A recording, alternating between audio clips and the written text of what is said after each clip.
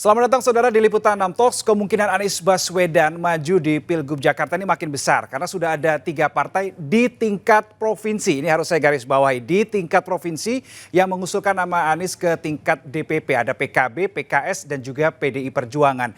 Di sisi lain Gerindra juga nggak tinggal diam nih dengan mendorong nama Ridwan Kamil untuk menjadi lawan Anies begitu ya di Pilgub Jakarta.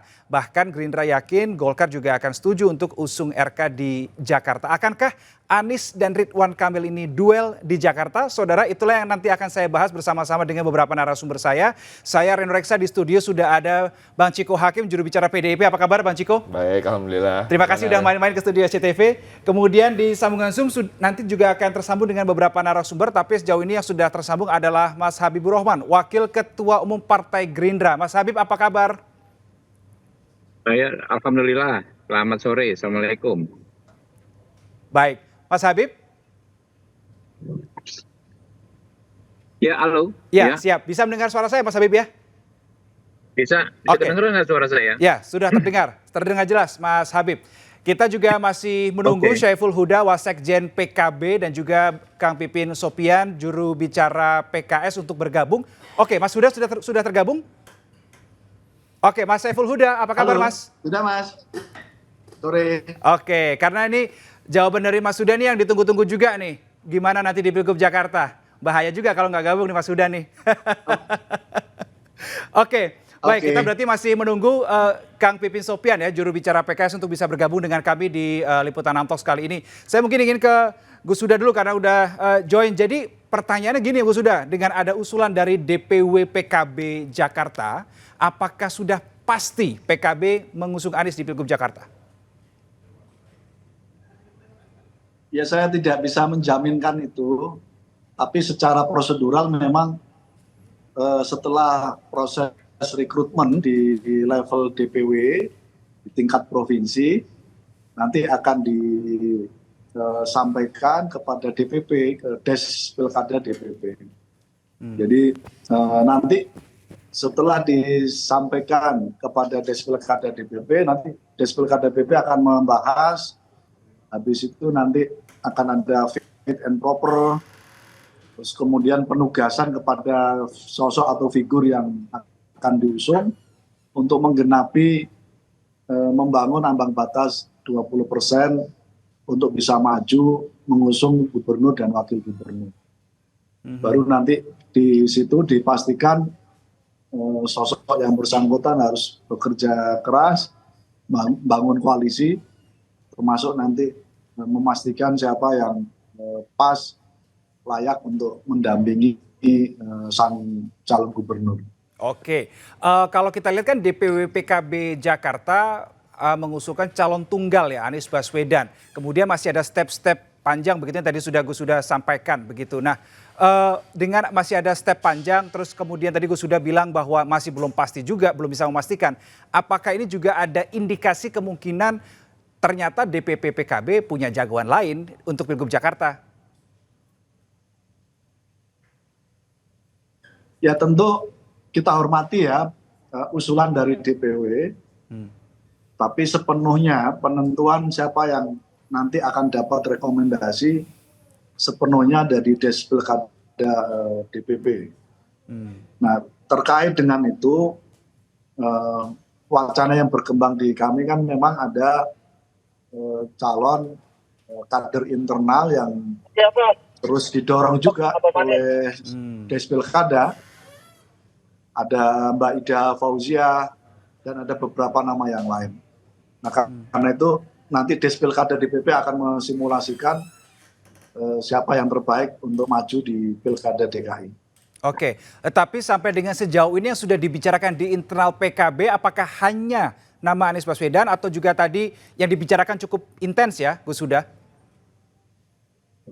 2 nama itu, Mas Anies dan Mbak Ida Fauzia. Oke, baru 2 nama sampai dengan sejauh ini. Nah, kalau sudah termasuk dari kader PKB sendiri, apakah juga nantinya juga akan menjalani fit and proper test atau fit and proper test ini hanya untuk calon non PKB saja?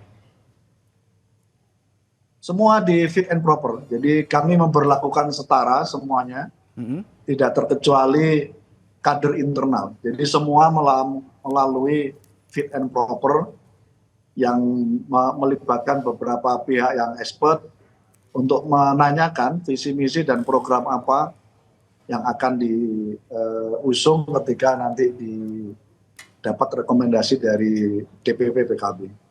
Oke, jadi semua baik itu kader PKB atau yang non kader PKB semuanya juga akan menjalani fit and proper test. Itu dari PKB, saudara ya. Tadi sudah ada beberapa jawaban yang saya dapatkan dari Gus Huda, Wasekjen PKB. Saya ingin geser ke Bang Ciko yang ada di studio CTV. Bang Ciko, jadi nggak cuma DPP PKB nih, DPD PDIP Jakarta pun juga mengusulkan sejumlah nama ya. Betul. Termasuk di situ salah satunya adalah Anies Rashid Baswedan begitu. Gimana nih di internal PDIP sudah mulai dibicarakan secara intens belum nih, Bang Ciko? Tentu sekarang kan memang udah menjelang Agustus ini ya, semua pilkada di seluruh Indonesia dibicarakan secara intens di DPP PDI Perjuangan maupun di tim nasional pemenangan pilkada di mana saya juga berada di sana. Artinya kita masih menimbang-nimbang, masih menguji ya kan kelayakan para calon yang muncul dari bawah, dari tingkatan DPC maupun DPD, baik itu dari internal partai maupun dari luar partai, baik itu dari partai lain atau tokoh masyarakat yang tidak berpartai. Ya, tetapi pada prinsipnya tentu PDI Perjuangan khususnya di daerah-daerah yang perolehan suara kami tinggi seperti di DKI Jakarta, kita meraih suara kedua tertinggi di Pileg kemarin, dan mesin politik partai kami sangat kuat di sini, dan kalau kita mau jujur bahwa PDI Perjuangan ini salah satu partai yang party ID-nya, party identity-nya itu paling kuat. Artinya memang sudah ada basis-basis pemilih yang pasti yang memilih PDI Perjuangan siapapun yang dicalonkan. Itu kan tidak semua partai mempunyai itu gitu ya. Seperti PDI Perjuangan, PKS itu kedua partai yang kira-kira seperti itu. Nah, artinya kami merasa cukup pantas bagi kami mengusulkan atau mencalonkan kader sendiri ya. Tapi tentunya kami juga realistis. Kita juga harus melihat, mengukur. Karena pada akhirnya, selain kita merasa kita harus mempunyai visi misi yang baik, kita mampu menjawab tantangan maupun permasalahan suatu daerah ke depan, tapi itu semua akan sia-sia kalau calon gubernur maupun calon wakil gubernurnya nggak menang. Kan gitu ya. Artinya kita realistis dalam artian kita harus betul-betul berhitung ya. Kita melakukan simulasi-simulasi tentunya dengan cara yang ilmiah seperti survei ya kan, seperti pengambilan sampel melalui door to door dan lain-lain. Artinya kita juga melakukan simulasi seperti kalau calon gubernurnya A, cawagupnya B, ini gimana surveinya? Itu atau sudah dilakukan itu? kalau dibalik itu gimana? Nah, ini dilakukan dan kebetulan kita beruntung di DKI Jakarta ini, untuk DKI Jakarta kita memiliki banyak kader yang mumpuni atau kader-kader yang kaliber nasional yang cukup dikenal dan disukai oleh masyarakat Jakarta seperti Bu Risma, ya kan, tentunya orang nggak boleh lupa ada Pak Ahok yang pernah juga jadi gubernur, ada juga Mas Jarot, ya kan, yang pernah jadi wakil gubernur dan gubernur dalam waktu yang singkat. Nah, semuanya ini memulai tingkat kepuasan publik ketika menjabat sebagai kepala daerah yang tinggi, ya kan, mereka juga dianggap mampu menjawab tantangan-tantangan dari daerah masing-masing. Ya, kalau Bu Risma di daerahnya waktu sebagai kepala daerah di Surabaya. Nah, sekarang Bu Risma juga sudah menjadi menteri. Pak Ahok pernah jadi anggota legislatif. Pak Jarot juga begitu. Jadi mereka pernah mengemban jabatan-jabatan di mana itu dibutuhkan untuk mengelola pengetahuan seperti itu, dibutuhkan untuk mengelola sebuah kota. Ada juga Prasetyo Edi Marsudi, Ketua DPRD DKI Jakarta yang juga kader kami. Ada beberapa kader kami juga di DPRD DKI Jakarta yang saya lupa namanya, mohon maaf, yang juga diusulkan dari DPD ke atas. Ada juga Pak Andika Perkasa, ya kan, Panglima TNI. Jadi ini yang menjadi prioritas kami, tapi seperti saya katakan tadi, tentunya kami realistis, ya kan. Kita pertama kita tidak bisa mengusung sendiri. Yang kedua, kalaupun bisa mengusung sendiri, kita meyakini bahwa Jakarta ini terlalu besar untuk bangun tanpa kerjasama politik dengan partai lain, atau untuk memenangkan pun kita butuh kerjasama politik dengan partai lain. Artinya nama-nama yang muncul memang yang signifikan yang dari luar partai adalah Pak Anies. Ya, itu dia. Dan itu yang menjadi menarik kan dibicarakan. Ya. Menarik dan juga mengejutkan tidak bagi DPP? Loh, kok ternyata DPD mengusulkan nama ini? Kami rasa tidak terlalu mengejutkan. Memang kita kan selalu berpikir ada residu-residu dari pertarungan-pertarungan yang sebelumnya, ya kan. Tetapi ya memang itulah politik. Ya, politik ini kan memang syarat dengan pertarungan yang keras ketika terjadi pertarungan tersebut. Tapi kita harus move on memang ya kadang-kadang, karena pada akhirnya kan kita juga kalau secara secara objektif Ya. menilai seorang Anies Baswedan, kita bisa lihat bahwa memang tingkat kepuasan publiknya lumayan di atas 50%, ya kan, walaupun tidak terlalu tinggi, bukan 70 atau 80%. Terus elektabilitasnya juga bagus. Itu yang saya sampaikan, bahwa kita juga membutuhkan kemenangan, kan kata kemungkinan untuk menang. Nah, tapi juga kita lihat rekam jejak beliau yang pernah menjabat dan lain-lain. Artinya daerah khusus Jakarta nih sekarang namanya Ya, ke ya, depan. DKJ. Ini membutuhkan memang pemimpin yang nggak boleh coba-coba. Pemimpin yang harus punya rekam jejak, punya pengalaman, punya kemampuan, punya leadership, ya kan, punya kompetensi. Bahkan kalau bisa bukan hanya satu jabatan dalam artian hanya eksekutif gitu. Mungkin harus legislatif juga, atau mungkin selain kepala daerah pernah jadi menteri kan gitu ya. Tapi yang saya sebutkan tadi kan memiliki rekam jejak itu. Jadi bukan sekedar populer atau sekedar mempunyai kekuatan-kekuatan politik yang bisa memenangkannya, tapi juga sosok yang dibutuhkan oleh masyarakat dan kota yang kita cintai. Dipertimbangkan itu apakah karena juga mungkin berkaca pada saat Pilpres kemarin, meskipun Pak Anies kalah suaranya dibandingkan dengan Pak Prabowo, tapi perolehan suaranya cukup signifikan. Bisa juga. Tapi kita tidak bisa berhenti hanya ke nama Pak Anies Baswedan. Ya, tentunya di Dewan Pimpinan Pusat PDI Perjuangan ada beberapa nama-nama yang belum bisa kita disclose, belum bisa kita munculkan ke publik. Siap. Tapi juga kemungkinan bisa jadi ada nama-nama yang memang belum terpikir atau belum muncul dan akan muncul. Kan selalu ada nih elemen of surprise dalam berbagai pemilihan ya. Baik itu pilkada maupun pilpres juga kadang-kadang ada muncul nama-nama yang tidak terduga-duga. Nah ini ya kita juga tetap bersiap untuk melihat itu apakah itu tidak. Tapi pada prinsipnya nama-nama yang sudah beredar seperti Ridwan Kamil misalnya gitu ya, itu juga menjadi pertimbangan tentunya. Gitu. Jadi nggak ada yang tertutup bagi kami sampai hari ini. Pembicaraan juga dilakukan baik secara formal maupun informal oleh teman-teman dan senior-senior saya di PD Perjuangan dengan petinggi-petinggi partai lain ya kan, yang mereka juga sering bertemu juga di parlemen. Jadi everything is still cair gitu, belum ada yang membeku ya, mengerucut. Belum jadi, ada yang menuju ke satu titik itu masih belum ya. Titik belum. Masih kita kanan masih kiri mencermati betul karena Jakarta ini very tricky karena memang menjadi daerah yang sangat membutuhkan pemimpin yang mumpuni, kompeten, tapi di lain sisi juga butuh menang, ya kan, untuk bisa menerjemahkan visi misi yang kita punya. Oke, setidaknya saya udah hitung 3 kali nih. Bang Ciko bilang butuh menang, butuh menang, butuh menang. Ini sinyalnya kemana nanti akan saya dalami lagi. Tapi saya ingin sapa dulu Kang Pipin Sopian, juru bicara PKS. Kang Pipin sudah bisa dengar suara saya? Ya, Mas Riko, Mas Reno sehat. Sehat, alhamdulillah. Di studio ada Mas Ciko, suaranya terdengar jelas. Mas Pipin juga lewat di Zoom lainnya ada Gus Huda, ada juga Mas Habibur Rahman ini. Kita cukup ramai dialog pada kesempatan kali ini. Kang Pipin, saya ingin tahu, tadi saya sudah tanya ke PKB, ke PDIP, bagaimana nih dengan sikapnya terhadap masukan dari DPD yang mengusulkan nama Anies Baswedan. PKS juga salah satu partai yang DPW-nya mengusulkan Anies Baswedan begitu. Nah ini gimana nih, apakah berarti di awal ini kan saya masih ingat betul PKS ini pengen mengusung kader sendiri di Pilkada Jakarta. Apakah artinya usulan dari DPW PKS Jakarta ini otomatis ditolak atau gimana Kang Pipin? Ya tentu kami sebagai partai politik ya yang sudah lama ya, sudah umur 20 tahun lebih memahami betul bahwa inti dari partai politik adalah mendengarkan, menyerap aspirasi dari pengurus struktur dan pemilih tingkat bawah sampai ke akar rumput. Jadi kami tidak ada apa-apanya kalau tidak didukung oleh pengurus, kader dan pemilih di level paling bawah. Dan aspirasi dari DPW PKS DKJ ya, daerah khusus Jakarta ini tentu kami dengar, kami tampung dan kami pertimbangkan di DPP untuk menjadi keputusan akhir nanti ke depan. Adapun opsi-opsi lain tentu kami sampaikan bahwa tentu kami pemenang pemilu di Jakarta, kami berharap bahwa kader PKS yang menjadi gubernur atau wakil gubernur.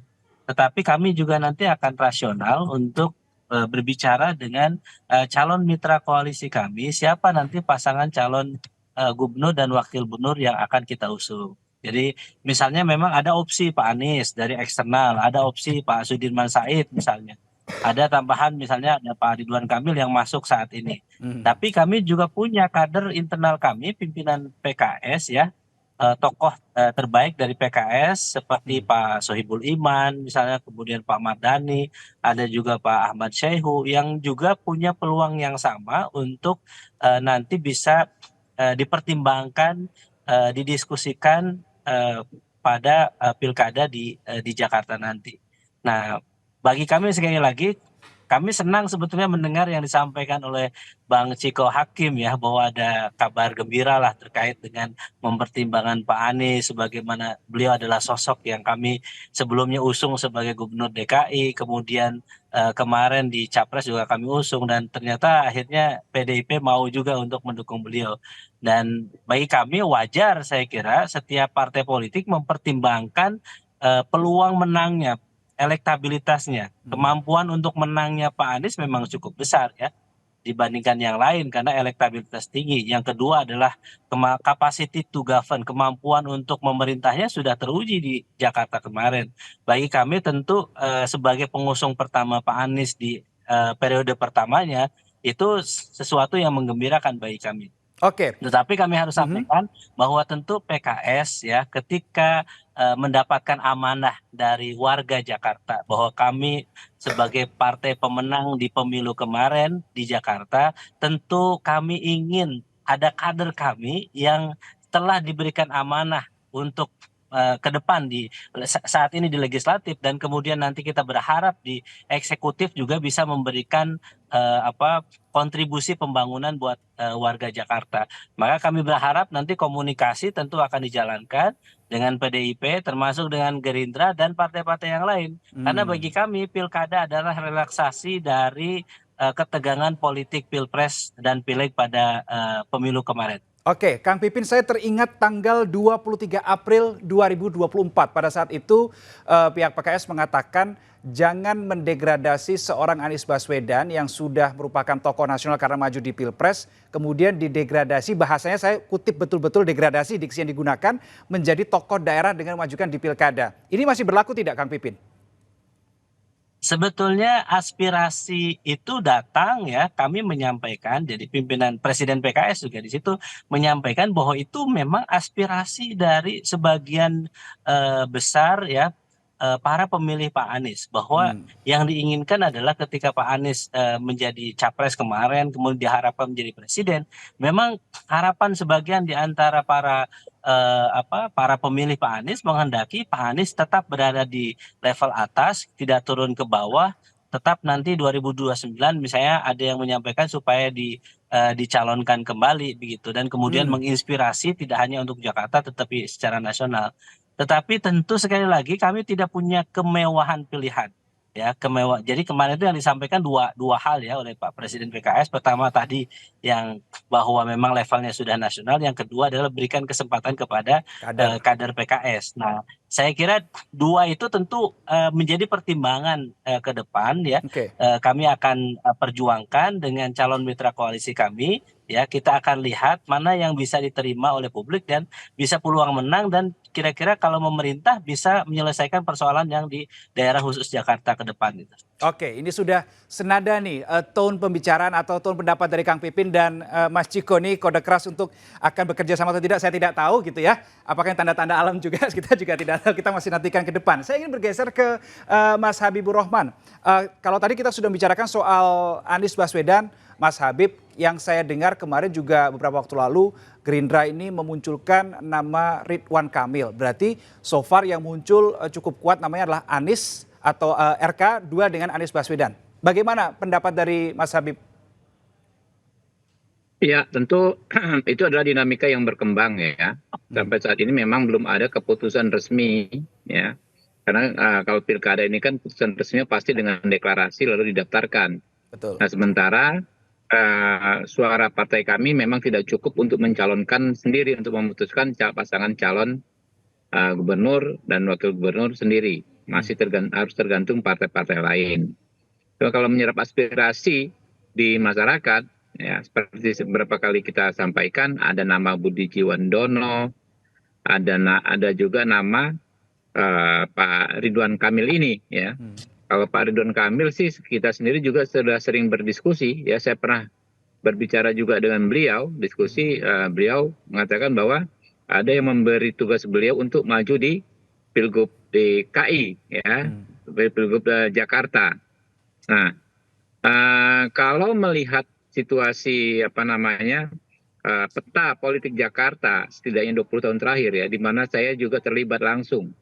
Saya terlibat 2 kali pilkada sebagai tim pemenangan dan alhamdulillah menang, dan 2 kali pileg sebagai caleg dan alhamdulillah menang. Saya paham sekali ya, masyarakat Jakarta ini selalu menginginkan yang baru, yang segar gitu loh. Jadi ekspektasi masyarakat terhadap politisi di Jakarta ini begitu tinggi. Meleset sedikit saja dari janji-janji kampanye dan lain sebagainya, mereka ingat betul tokoh-tokoh yang tadinya superhero misalnya bisa mendadak bukan siapa-siapa di mata rakyat kalau tidak memenuhi ekspektasi masyarakat. Karena itu kita ingat saja misalnya dulu Pak Fauzi Bowo sebagai incumbent tidak bisa bertahan, ya. Lalu Pak Ahok kan hitungannya incumbent juga tidak bisa bertahan. Nah, kita lihat misalnya ini Pak Anies apakah bisa ya menjawab ekspektasi masyarakat. Nah, ini yang menurut kami kesempatan kalau sosok seperti Ridwan Kamil ya nanti misalnya dicalonkan oleh partai-partai dengan jumlah kuota pencalonan yang cukup maju. Saya pikir ini kesempatan ya untuk berkompetisi untuk sosok seperti Ridwan Kamil. Oke, baik. Mas Habib, terbaru pada siang hari ini, Ketua Umum PAN Zulkifli Hasan mengatakan bahwa Ketua Parpol di Kim ini sudah sempat juga membahas nama Pilkada Jakarta dan juga sudah menuju ke satu titik itu terkait dengan nama Ridwan Kamil. Ini berarti apakah sudah firm, Mas, atau nanti masih ada pembicaraan-pembicaraan lagi di internal partai-partai khususnya yang tergabung di Koalisi Indonesia Maju, Mas Habib? Ya kita tunggu saja nanti pengumuman resminya ya. Kalau saya kan tentu informasi yang akan saya pergunakan adalah informasi resmi dari pimpinan partai saya. Oke, tadi Mas Habib sempat mengatakan sudah sempat ngobrol sama Kang Emil begitu ya, Ridwan Kamil begitu. Pernah ngobrol. Pernah ngobrol. Ya. Spesifik soal Pilgub Jakarta, Mas? Iya, kurang lebih itu kan kita ngobrol bahkan sebelum pemilu presiden ya. Waktu itu Pak Ridwan Kamil bilang, waduh saya dapat tugas nih untuk di Jakarta. Kurang lebih begitu. Artinya kan ini bukan pembicaraan yang baru saja. Ini sebetulnya kalau memang ada yang ingin mencalonkan, sebetulnya ini sepertinya ini sudah lama dibicarakan juga. Kebetulan Mas, kalau saya ke dapil saya Jakarta Timur, memang muncul juga nama Ridwan Kamil itu. Selain nama Budi Jiwandono dan lain-lain ya, nama Pak Ridwan Kamil ini muncul juga di konstituen saya. Oke, berarti pada saat itu hanya sebatas Ridwan Kamil mengatakan, waduh saya dikasih tugas nih di Pilkada Jakarta, atau ada follow up question juga nih dari Mas Habib ke Kang Emil? Yang saya tangkap tentu kan kalau mendapatkan tugas untuk di Jakarta, yang saya tangkap adalah Pilkada. Oke, tapi kalau misalkan tadi kan sudah ada 2 tadi disebut oleh Mas Habib ya, ada Budi Jiwandono, ada Ridwan Kamil begitu. Nah kalau dari preferensi Gerindra lebih condong ingin mendorong nama Ridwan Kamil atau Budi Jiwandono? Ya secara naluriah, secara alami, secara manusiawi tentu kami semua partai politik memprioritaskan kader kami. Tapi ada banyak faktor kan untuk bisa mencalonkan. Pertama kecukupan kuota, yang kedua kesediaan kadernya sendiri ya. Kalau kuota cukup tapi yang bersangkutan tidak berkenan kan tidak bisa dipaksakan karena kan orang itu kan macam-macam, passionnya itu macam-macam ya. Passionnya itu ada yang senang di legislatif, ada yang senang di pemerintahan ya, di eksekutif ya, nggak bisa dipaksakan juga. Dan memang kadang-kadang kesulitan kami ya, handicap kami Partai Gerindra, sebagian besar kader kami itu gayanya ya, passionnya itu adalah di legislatif gitu loh, karena kebanyakan kan berlatar belakang aktivis ya. Kalau di legislatif itu kan lebih bebas berbicara dan lain sebagainya gitu daripada di eksekutif. Nah ini salah satu hambatan bagi kami, memang kadang-kadang agak kesulitan cari calon kepala daerah dari kader kami. Oke, Berarti kalau misalkan sekarang muncul nama ada Ridwan Kamil, kemudian ada Anies Baswedan misalkan. Nah, saya tertarik ini membahas nama Anies Baswedan. Tertarik tidak atau bagaimana sih Gerindra melihat nama Anies Baswedan untuk di Pilgub Jakarta di kali ini, Mas Habib? Ya itu dia, kendala salah satunya adalah Mas Anies Baswedan. Dalam konteks subjektif itu nggak muncul di konstituen kami. Karena model pengambilan keputusan di kami itu kan dari bawah, diusulkan lalu dipertimbangkan dan diputuskan di tingkatan Pak Prabowo. Jadi dari ranting ya, PAC, kemudian DPC, DPD, baru Pak Prabowo lah yang putuskan di tingkatan DPP dan Dewan Pembina. Nah itu namanya itu minim sekali kalau Pak Anies. Yang kedua ya, saya pikir akan lebih berat bagi siapapun incumbent di DKI. Ini kebalikannya dengan daerah-daerah lain. Ya, di daerah lain tuh incumbent kan lebih gampang maju. Kalau di DKI sepertinya lebih berat. Saya sendiri ya, di dapil saya Jakarta Timur, itu 2 periode DPR RI tidak ada incumbent. Ada yang lewat satu partainya dengan partai-partainya sekalian nggak dapat kursi gitu loh. Kita kemarin juga kami merasakan yang lolos kembali bahwa perjuangan mempertahankan kursi itu lebih berat ketika kami dulu merebut kursi ketika pertama kali terpilih. Itulah masyarakat DKI yang sangat-sangat kritis. Mereka mengamati satu demi satu politisi-politisi ini ya prestasinya seperti apa, apakah memenuhi janji-janji kampanyenya atau tidak. Mereka cermati betul gitu loh. Oke, baik. Saya ingin tanya ke Bang Ciko, ini ada satu fakta menarik yang disampaikan atau penilaian menarik yang disampaikan oleh Mas Habib bahwa sangat jarang bisa ditemui di Jakarta itu incumbent itu bisa sukses begitu ya untuk yang kedua. Berarti di Pilkada 2024 cukup terbuka sebetulnya untuk nama-nama baru seperti yang tadi disinggung oleh Mas Habib. Bang Ciko ingin merespon seperti apa? Saya setuju. Kan tadi saya sampaikan ada juga nama-nama yang memang sampai hari ini mungkin belum mencuat ke publik ya kan, yang juga nanti makanya kita masih mencermati terus ya kan. Karena satu hal, walaupun tadi nama Pak Anies Baswedan sering disebut, atau mungkin nama Pak Ahok, atau mungkin nama Ridwan Kamil, tidak satupun dari sosok itu yang kita bisa nganggap gini, mereka kalau dipasangin sama kucing aja pasti menang, kan sekarang suka begitu ya. Artinya mereka begitu kuat, artinya surveinya begitu mendominasi ya kan, elektabilitas maupun kalau yang pernah menjabat tingkat kepuasan publiknya belum ada. Jadi Pak Anies Baswedan juga surveinya belum ada yang mencapai dari semua lembaga survei saya lihat mencapai 35%-nya saya nggak ketemu. Ya, begitu juga Ahok. Walaupun Ahok kadang-kadang suka ada di atas, Pak Anies di bawah atau kebalikannya. Ya begitu juga Pak RK ya kan. Mereka itu di kisaran 31-32%, kalaupun itu paling tinggi. Jadi artinya masih beatable, masih sangat bisa dikalahkan. Kecuali mereka betul-betul memilih pasangan yang bisa mengangkat itu semua. Dan pasangan ini juga membawa partai-partai politik yang mempunyai mesin partai politik yang kuat untuk bergerak di Jakarta. Itu kan, jadi intinya memang ini masih sangat cair. Ya, tadi yang disebutkan oleh Bung Habib ada nama Budi Satrio Jiwandono. Bagi PD Perjuangan itu juga menarik ya kan. Budi ini kan anak Jakarta ya kan, punya pendidikan yang mumpuni, punya latar belakang yang baik, punya rekam jejak dan pengalaman di legislatif. Jadi banyak sekali nama-nama yang mungkin sampai hari ini walaupun sudah beredar tapi belum mencuat. Nah, kalau kita bicara soal hasil survei pun ini juga tricky karena ada di berbagai daerah yang terjadi. Kita bisa kasih contoh Pak Ganjar Pranowo ketika pertama kali maju di Jawa Tengah, hasil surveinya itu ketika pertama kali dideklar itu hanya 8%, di bawah sekali gitu. Kita ada 7 nama, beliau kalau nggak salah nomor 6 gitu. Tapi akhirnya bisa memenangkan. Nah, jadi memang masih ada waktu untuk bisa mengangkat itu semua dan ini masih sangat terbuka dan masih sangat cair. Oke, kalau menghadirkan sosok baru begitu kita ingat bahwa coblosan itu kan 27 November ya. Kampanye itu start sekitaran Agustus kemudian dan prosesnya September dan seterusnya. Oktober, nah, itu dalam waktu yang cukup singkat itu bisa untuk melakukan itu menurut Bang Ciko, kalkulasi PDIP dengan menghadirkan figur baru. Politik ini dan proses pemilihan ini kan menarik ya, proses kampanye, proses pemilihan, apalagi di Jakarta yang begitu cepat mendapatkan informasi ya. Jakarta ini kan daerah yang sangat melek informasi, masyarakatnya juga.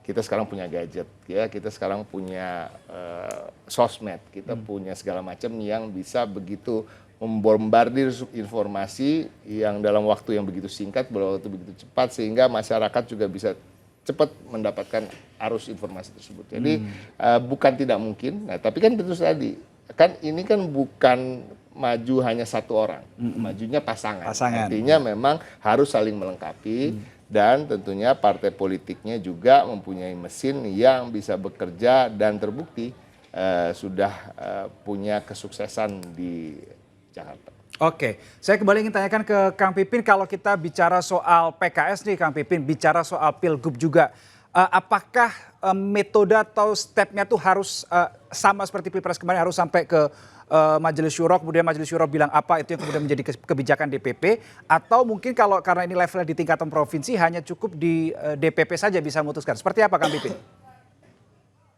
Iya, jadi di PKS itu yang memutuskan pilkada ya, mobil khusus memang salah satunya adalah provinsi ya, adalah gubernur dan wakil gubernur, adalah badan pekerja musyawarah majelis syuro, yaitu DPTP. DPTP ini memang di situ ada ketua majelis syuro, di situ ada presiden ya, ada wakil ketua majelis syuro, ketua MPP, DSP dan sebagainya. Jadi kami pastikan memang semua kriteria itu dibahas di situ. Ya, kita akan melihat dari sisi integritas, kapasitas, elektabilitas, ya, akseptabilitas. Jadi itu secara bertahap kami bahas ya. Dan memang Jakarta ini karena khusus daerah spesial Jakarta, Jawa Barat, ini kami betul-betul mendengarkan aspirasi dari bawah.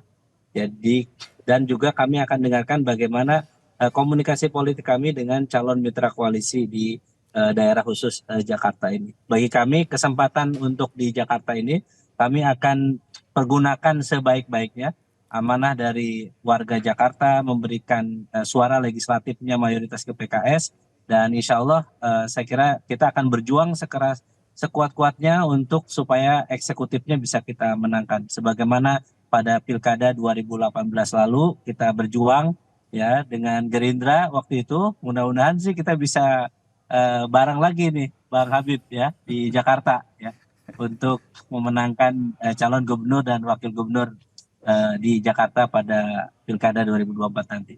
Oke, baik. Kembali saya ingin ke Mas Habib. Tadi Mas Habib mengatakan Ridwan Kamil ini kan di konstituen begitu ya, atau di dapilnya Mas Habib ini juga ternyata disuarakan juga begitu ya, mendapat sorotan, mendapat perhatian juga. Nah, kalau Mas Habib sendiri dan juga Partai Gerindra melihat dengan segala yang ada problematika di Jakarta, figur Ridwan Kamil ini cocok tidak, Mas Habib?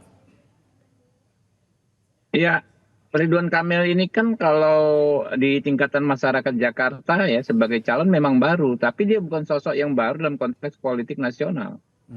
Nggak sulit menjual Pak Ridwan Kamil ini, pernah wali kota Bandung, ya kan, pernah gubernur Jawa Barat, ya. Dan Bandung dengan Jakarta dengan Jawa Barat itu kan dekat sekali.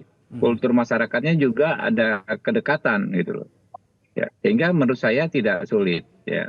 Kalau yang dibawa yang kita bawa adalah Pak Ridwan Kamil. Survei saja yang saya dengar sudah cukup bagus sekarang, padahal belum dideklar. Belum ada satupun partai yang mendeklar.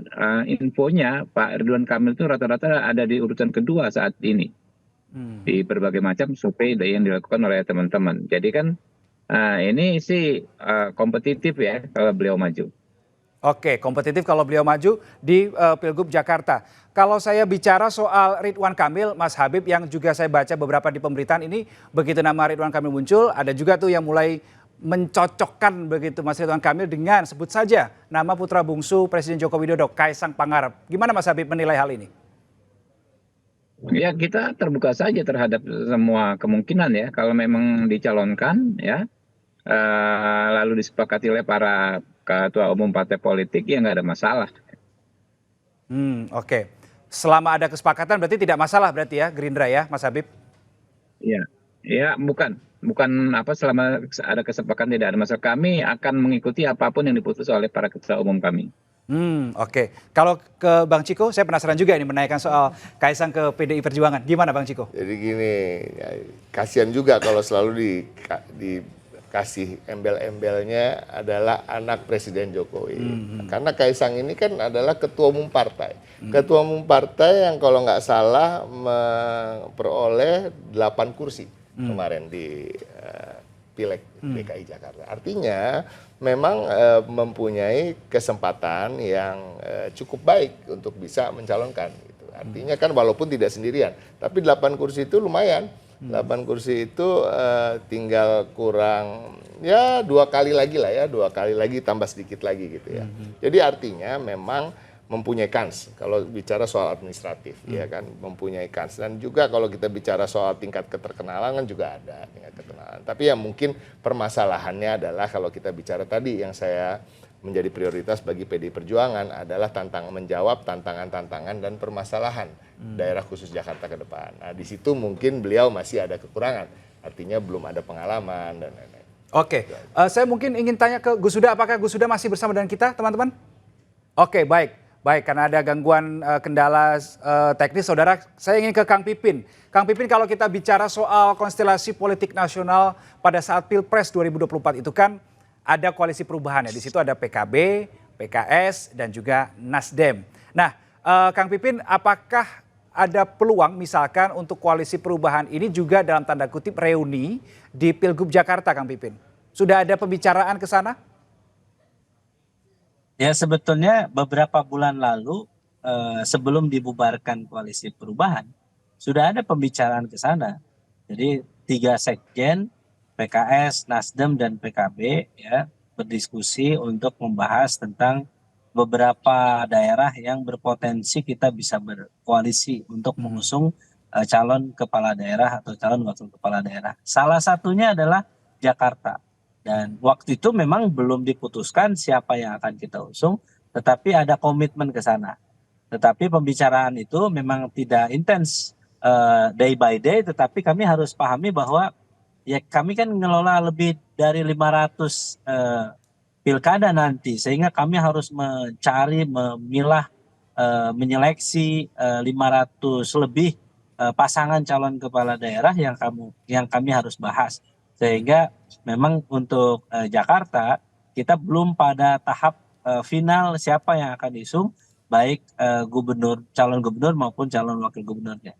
Tapi saya kira komunikasi misalnya antar kami dengan Nasdem atau nanti kami dengan PKB dengan Nasdem, tentu itu ada komunikasi di antara kami, tetapi belum sampai pada keputusan akhir siapa yang akan diusung pada Pilkada Jakarta nanti. Oke, saya ingin kembali ke Bang Ciko. Kalau kita melihat pilkada ini kan gelarannya itu kan berdekatan di tahun yang sama lah dengan gelaran Pilpres, begitu ya, 2024. Nah, kalau kita melihat di Pilgub Jakarta, ini kira-kira PDIP melihat aroma dalam tanda kutip ya, aroma Pilpres ini akan terbawa sampai gelaran pilkada khususnya di Jakarta atau gimana? Kalau melihat mappingnya sekarang nih misalnya. Tapi kan juga bersamaan dengan Pileg. Jadi kalau terbawa aroma Pileg ya lumayan lah. Kita kan artinya PDI Perjuangan harus patut diperhitungkan. Artinya seperti kami sampaikan tadi, kader kami rasa-rasanya pantas untuk juga bisa masuk dalam kombinasi either itu cagupnya atau cawagupnya. Tapi kalau kita bicara soal Pilpres, mungkin maksudnya adalah kerjasama politik partai-partainya memang dianggap akan seragam gitu ya. Tapi saya rasa enggak juga, ya, agak sulit ya kalau kita bicara setiap daerah ini mempunyai kearifan lokalnya masing-masing, mempunyai keunikan masing-masing, dan setiap tokoh itu juga mempunyai basis dukungan dan ketersukaan dari para partai politik juga yang masing-masing juga gitu. Jadi kalau kita bicara terkait Pak Ridwan Kamil misalnya, ya kan saya meyakini bahwa sampai hari ini juga kalau kita bicara soal partai politik ya memang sudah ada yang memang sangat semangat mendukung Pak Ridwan Kamil untuk maju di DKI Jakarta. Tapi kan kalau kita mau jujur, kalau saya jadi Kang Emil gitu, saya lebih memilih maju dari Jawa Barat, ya kan, yang lebih pasti gitu, ya kan. Tapi kan ini masih semua cair, masih semua dalam pertimbangan dari semua partai, dicermati melalui hasil survei juga. Omong-omong ke bawah ya kan, dari akar rumput bagaimana, terus juga kemungkinan menang. Jadi pada prinsipnya saya rasa kalaupun memang akan ada keberlanjutan dari kerjasama politik di antara partai politik itu ada kemungkinan, tetapi tidak pastilah. bukan sesuatu hal yang 100%. Karena tadi ya kearifan atau karakter dari masing-masing daerah itu berbeda. Karakter berbeda. Karena itu seperti tadi, nama Ridwan Kamil juga kami pertimbangkan. Tapi juga kembali lagi, kerjasama politik dengan partainya Mas Pipin juga kami pertimbangkan. Gitu. Ya, kan? Jadi nggak ada yang masih, semuanya masih belum ada yang firm, belum ada yang betul-betul pasti atau rekomnya sudah keluar dan lain-lain. Jadi ini masih dalam penjajakan dan lain-lain.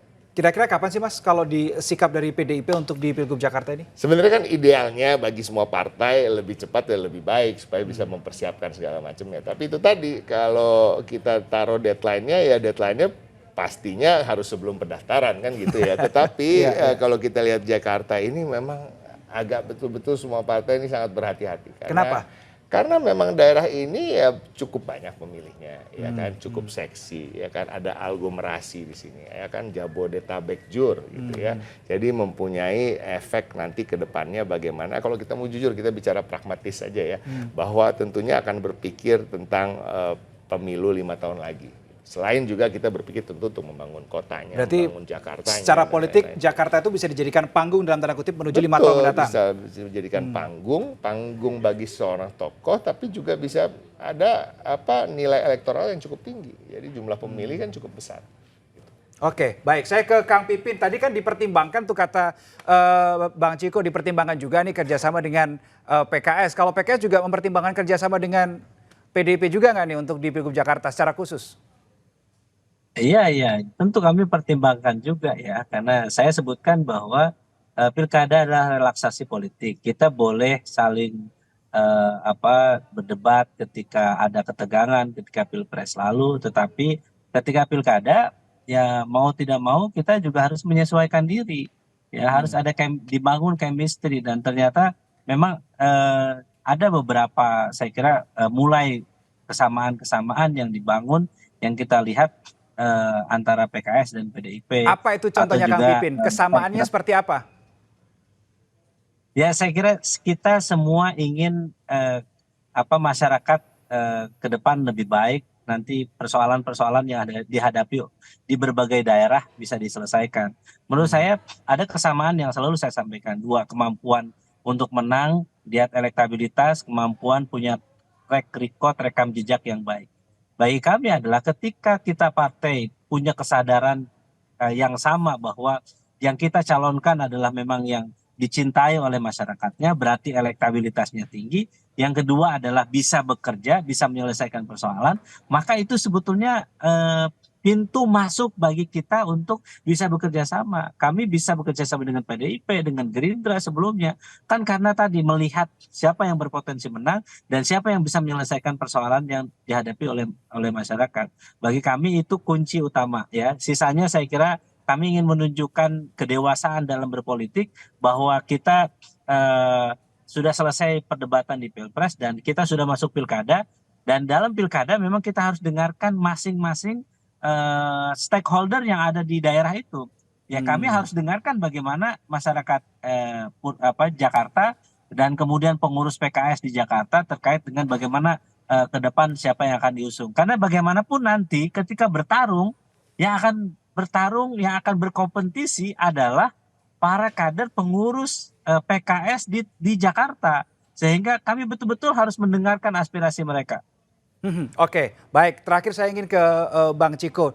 Kalau saya lihat dibaca di berbagai pemberitaan itu kan sinyal kuat PDIP, PKS kerjasama di Pilgub Jakarta itu banyak itu. Saya kalau lihat trennya tuh ada di peringkat pertama tuh kelihatannya. Bang Ciko, gimana? Memang sudah ada komunikasi dengan PKS setahu Bang Ciko? Setahu saya di tingkatan elit atau senior-senior kami tentunya seperti saya sampaikan tadi di parlemen kan berbicara secara formal maupun informal. Dan pasti akan tersebut juga terkait juga kerjasama politik untuk membangun Jakarta bersama-sama. Tetapi pada prinsipnya itu saya bisa sampaikan. Nah ini kan menjadi berita karena kan memang dianggap ada 2 kubu ideologi yang berbeda gitu ya, yang ada diferensiasinya. Tetapi kalau kita mau jujur, saya selalu sampaikan, kami juga selalu berpikir bahwa semua partai politik, semua tokoh politik yang berkecimpung di dunia politik di seluruh Indonesia ini pastinya sudah tersaring dan terjaring. Mereka memang orang-orang yang menjunjung tinggi nilai-nilai Pancasila dan juga menghormati, menghargai dan mencintai kebinekaan dalam persatuan di Indonesia ini. Artinya ini tidak ada menjadi masalah yang begitu tajam gitu ya, tetapi tentunya yang diutamakan adalah ideologi yang terkait dengan kerakyatan, ideologi yang keberpihakan pada rakyat kecil, terhadap wong cilik, terhadap penderitaan rakyat yang selama ini belum dapat akses ke layanan kesehatan yang memadai dan terjangkau gitu misalnya. Nah, hal-hal seperti itu yang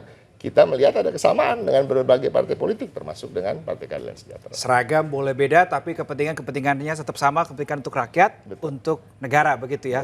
Oke, Bang Ciko Hakim, jubir PDIP, kemudian ada Kang Pipin Sopian, jubir PKS, dan sebelumnya tadi juga sudah bergabung Habibur Rahman, Waketum Gerindra, dan Wasekjen PKB Syaiful Huda. Terima kasih waktunya sudah bergabung bersama kami di Liputan 6 Talks. Kita jumpa lagi di lain kesempatan ya, Bang Ciko dan juga Kang Pipin. Saudara, itu tadi Liputan 6 Talks untuk kali ini. Jangan lupa untuk selalu saksikan Liputan 6 SCTV di TV ataupun juga di YouTube Liputan 6 SCTV. Tentunya jangan lupa untuk subscribe dan komen kalau ada pemikiran-pemikiran yang ingin Anda sampaikan. Saya Renro Ruksa pamit, salam SCTV. Bang Ciko.